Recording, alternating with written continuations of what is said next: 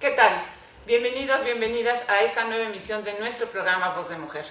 Y como sabes, siempre decimos nuestro programa porque las anfitrionas, Laura, Ime, Ceci hoy no nos acompaña, la vamos a extrañar mucho, y un invitado de lujo que tenemos. Junto contigo hacemos Voz de Mujer. Y tenemos un invitado de súper lujo hoy, José Manuel Ramos Robles. Un gran amigo a pesar de la diferencia de edades. José Manuel. Bienvenido. José Manuel. Gracias. Bienvenido. Nos va a hablar hoy de los derechos humanos en la vida cotidiana. Pero nada más déjenme decirles quién es José Manuel, porque estamos tan contentas de tenerlo hoy en este programa. José Manuel tiene un máster en Ciencias Sociales, es especialista en Derechos Humanos y Planificación Estratégica, es asesor de relatoría de los derechos económicos, sociales, culturales y ambientales de la Comisión Interamericana de Derechos Humanos y es asesor técnico del Laboratorio de Cohesión Social México e Unión Europea.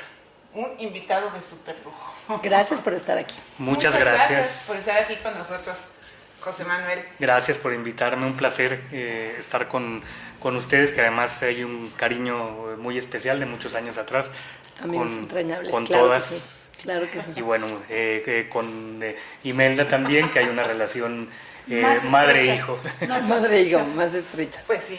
Bueno, José Manuel, estábamos hablando hace un momento antes de entrar al aire, que siempre encuentras a la gente que no entiende muy bien el concepto de los derechos humanos y su aplicación en la vida cotidiana, que te reclaman.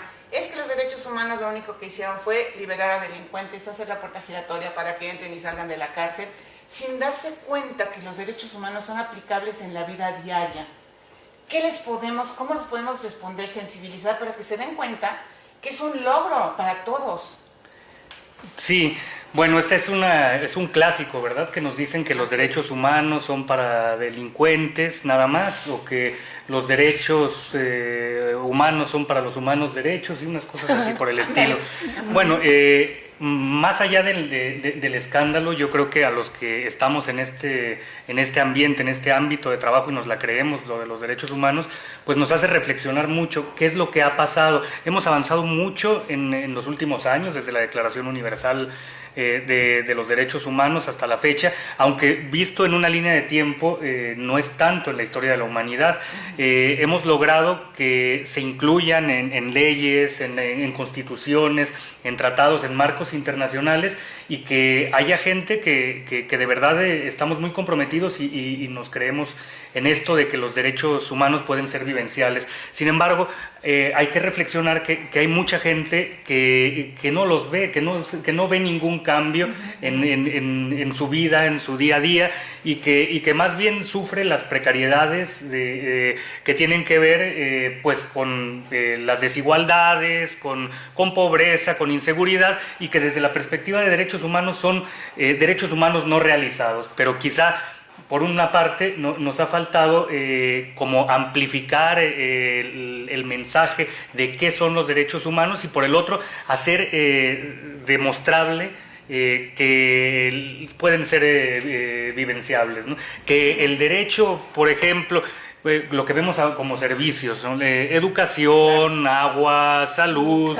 una carretera, que todo eso que vemos cuando se construye un caminito, que cuando vemos que se está llevando drenaje a algún lado, sí son servicios públicos, como dicen en todos nuestros municipios, ¿no? Hay un área de servicios públicos, pero además de eso hay un derecho detrás. Exactamente, un derecho que es exigible y que por el otro lado obliga a las autoridades.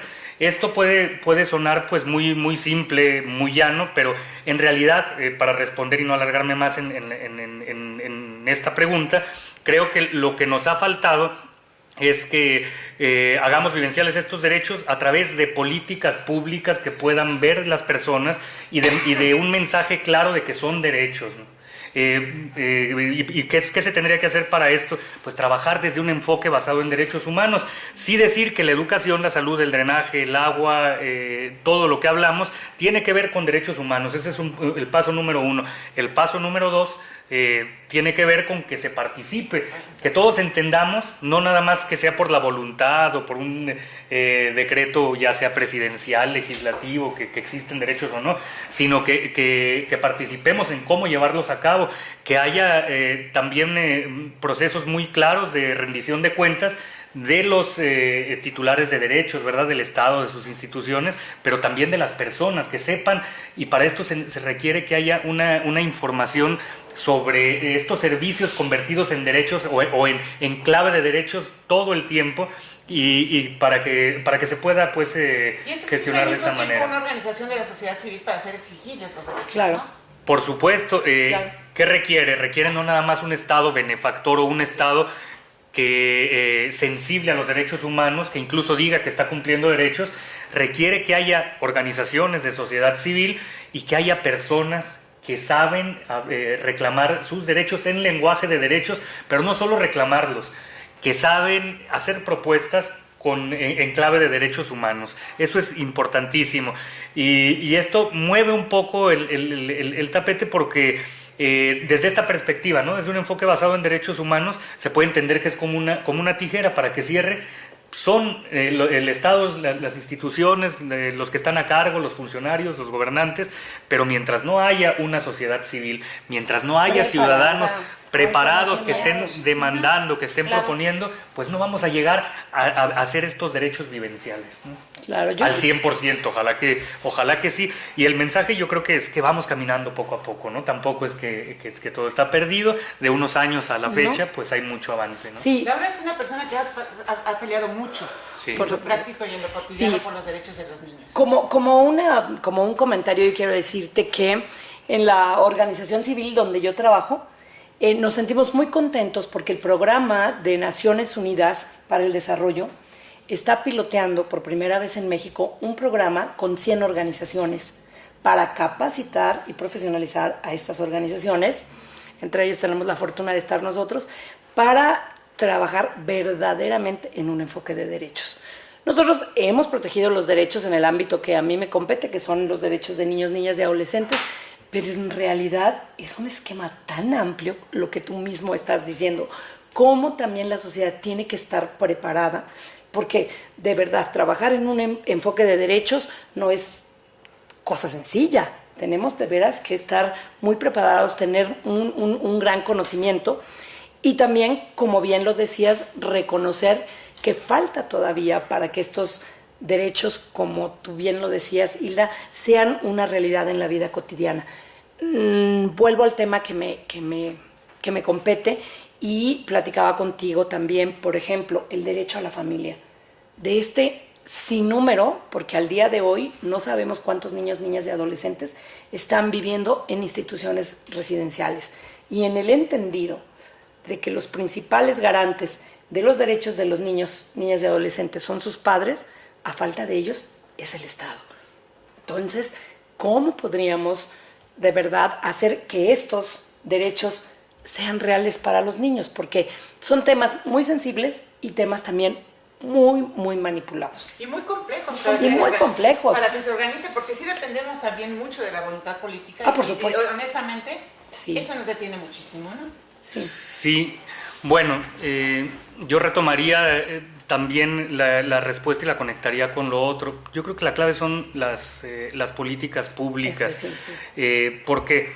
Porque si bien es cierto en materia de protección de niñas, niños y adolescentes, pues México es vanguardia. Yo creo que tiene la mejor ley general federal y ahora traducida a lo estatal de todo el continente, ¿no? A mí que me toca trabajar regionalmente. Tú lo trabajaste, sí. Lo tenemos clarísimo, pero ¿qué es lo que pasa para que esto no se traduzca en la transformación de la vida de las niñas, de los niños, de los adolescentes y sobre todo aquellos que a lo mejor ya están más grandecitos, que necesitan un trato distinto, una familia, y aquí no hay sistemas pues generalizados de acogimiento familiar, no hay incluso los temas de albergues, que tú eres la experta en eso, digamos que los estándares no están 100% aplicados en todos. Y por otro lado, no hay una autoridad todavía que sea la reguladora, la rectora y la que ejemplifique, la que lleve a su cargo pues la tutela, ¿no? que le toca de la niña, niño, de los adolescentes. Entonces, ¿qué es lo que hace falta? Y aquí una reflexión que yo creo que es de más arriba. Ya hemos generado muchos cambios a nivel legislativo, a nivel de marcos jurídicos. Sabemos en dónde están los derechos humanos, nadie lo niega, pero ¿cómo hacemos para que quede fuera del discurso bonito y del membrete? Pues tenemos que evitar el generar leyes que no podamos cumplir. Por dos cosas. Por una, en términos llanos, por coherencia o por congruencia. Claro. No podemos, como Estado, tener el mejor marco, la mejor ley, si no tenemos los elementos para hacerla cumplir ni para facilitar que se cumpla. Claro.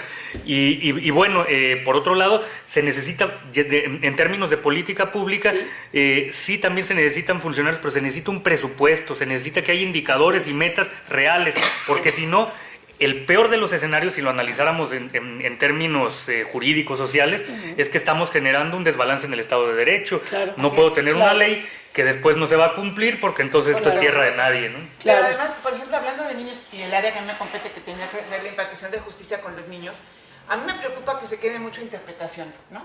El principio recto, que es el interés superior del menor, yo veo como en los juicios cada quien interpreta de acuerdo a cómo le conviene al padre, ¿no? Al interesado. Entonces, al interesado. Entonces, ¿cómo hacer para que estos principios que son fundamentales no queden a interpretación del legislador o del jurista, ¿no? Sí, bueno, yo creo que también esta es otra parte del reto.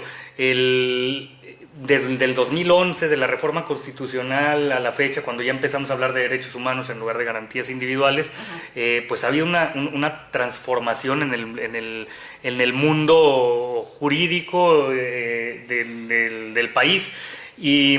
Y bueno, ¿cómo hacemos para que esto se traduzca? Yo creo que una parte que hemos no obviado, pero que le falta, es la capacitación en los estándares internacionales de derechos humanos. Tiene que ver con las normas, tratados internacionales, recomendaciones de órganos de tratados internacionales, que son muchas, en este caso de la Convención de Derechos del Niño, y que allí se puede encontrar mucha inspiración de qué implica este tipo de principios, como el del interés superior de la niña, del niño, del adolescente. Muchas veces no hay que inventar, la mayoría de las veces no hay que inventar, tenemos un montón de recomendaciones y simplemente tenemos que irnos hacia ello, porque también como dice nuestra Constitución, pues los tratados internacionales de derechos humanos y todos estos estándares son ley suprema y son de obligatorio cumplimiento, pero además también nos dice que todos los jueces, los operadores judiciales y los no judiciales, también cualquier funcionario estatal está obligado a aplicar con el principio de convencionalidad lo que sea mejor para las personas, el principio pro persona. Entonces nos falta como más alineamiento, más capacitación. A ese nivel también de los estándares internacionales tenemos sentencias muy bien desarrolladas por la Corte Interamericana de Derechos Humanos, en donde se habla a detalle qué implica esto del interés superior de la niñez. Que nos falta eso, ¿no? Sí, muy interesante el tema, y yéndome un poquito más atrás a lo que escucho, que efectivamente estamos avanzando, pero todavía no. Yo tengo una anécdota, por ejemplo, hace algunos años, alguien muy cercano nos decía que quería ir a estudiar derechos humanos, etcétera, y de alguna manera termina con todas esas ganas, ímpetu, porque fue al extranjero, de regresar y aplicar esos conocimientos. Y yo que nos encontramos como que no, pues todavía no estábamos preparados para esto. Y ahorita lo que estoy escuchando de decir, sí vamos avanzando, pero no. Yo creo que no en la velocidad que deberíamos. Me parece que falta mucho conocimiento al respecto. Y, por ejemplo, ¿qué hacer? Estamos ahorita hablando de los derechos de los niños, niñas, pero yo preguntaría, por ejemplo, en las mujeres. Las mujeres, ¿qué pasa? Que todavía hay ignorancia de saber exactamente cuáles son nuestros derechos. Y si estamos hablando de mujeres en comunidades, que es también parte de trabajo que a mí me toca realizar, no saben. Es un desconocimiento, pero tremendo, donde sigue el machismo, misoginia, etcétera. Y sí, se necesita mucha capacitación, pero, por ejemplo, bueno, yo también celebro el estar aquí hablando de eso, un tema importantísimo, pero ¿cómo caminar, cómo hacer más rápido? Digo, están hablando que también con organizaciones de la sociedad civil, etcétera, de que se nos escuche, porque tengo que decirlo, pero incluso también con aquellas personas que tendrían que saber el tema, no lo saben. Entonces, ¿qué nos podemos esperar? ¿Cómo puede permear esto? ¿Qué se puede hacer? Sí, no, pues esa es como la pregunta de los 64,000, ya no millones. No, porque en realidad hace falta el hablar coordinadamente sobre esto, como hace rato mencionaba también, ¿no? Cómo pasar de lo declarativo, del membrete, incluso de lo discursivo, porque hoy en día no hay ni siquiera un presidente municipal de los 2.500 municipios, me atrevería a decir, que no hable de los derechos humanos y de cómo los va a hacer cumplir, y hablando del tema de mujeres también, ¿no? Tenemos por primera vez legislaciones con paridad, que significa que es la mitad hombres, la mitad mujeres, pero nos falta un montón en medidas afirmativas. ¿Cuántas de verdad, por ejemplo, hablando de paridad de género, cuántas mujeres están en puestos de coordinación política, en las comisiones más importantes, en las de toma de decisiones, en las empresas? ¿Cuántas gerentas, cuántas directoras? Que esos son los indicadores que tienen los objetivos. Exacto, ¿no? Los objetivos de desarrollo sostenible. De desarrollo sostenible, porque entonces mucha gente cree que porque tengo 50 mujeres y 50 hombres, pero los hombres ocupando puestos de poder, y 50 mujeres como afanadoras, como secretarias, entonces eso es el desconocimiento que tenemos la sociedad. Y entonces ellos dicen, en cualquier tema, pues hay paridad. Pero no, porque no conocemos exactamente los indicadores. Pero yo creo que una de las ventajas grandísimas, y yo lo comparo mucho con el sistema jurídico, ¿no? Yo creo que ahora la oralidad abrió espacios y huecos que siempre han existido, pero antes no se veían, ¿no? Pero ahí estaban. Entonces podemos luchar por eso. Y creo que lo mismo pasa aquí, Imen. Pero también recuerdo que tú en uno de los primeros programas decías que muchos políticos enarbolan la bandera sin realmente trabajar por el tema. Claro. Entonces, yo sí insisto que mucho tiene que ver la voluntad política sí. y la exigencia y la presión de la sociedad civil para que esto pueda en realidad caminar. Fundamental. Sí, es bueno, como al final de cuentas no va a ser únicamente con las instituciones, sí es muy importante, diría yo, lo plantearía de esta manera: ¿qué necesitamos para avanzar más rápidamente y llegar a la realización de derechos humanos? Necesitamos un Estado e instituciones activistas de derechos humanos. Gracias. Y necesitamos activistas, organizaciones de sociedad civil y ciudadanos más técnicamente preparados para hacer propuestas concretas. Claro, y también necesitamos hacerle caso a aquellos que no hablan nuestro mismo lenguaje técnico de derechos, de derechos de mujeres, de niñez, de cualquier tema jurídico, porque nada hacemos si no llega el mensaje pues a la mayoría de la población. Hay que hablarlo, hay que bajar estos mensajes en clave, y después pienso yo que como una ola se va a hacer como la vivencia plena.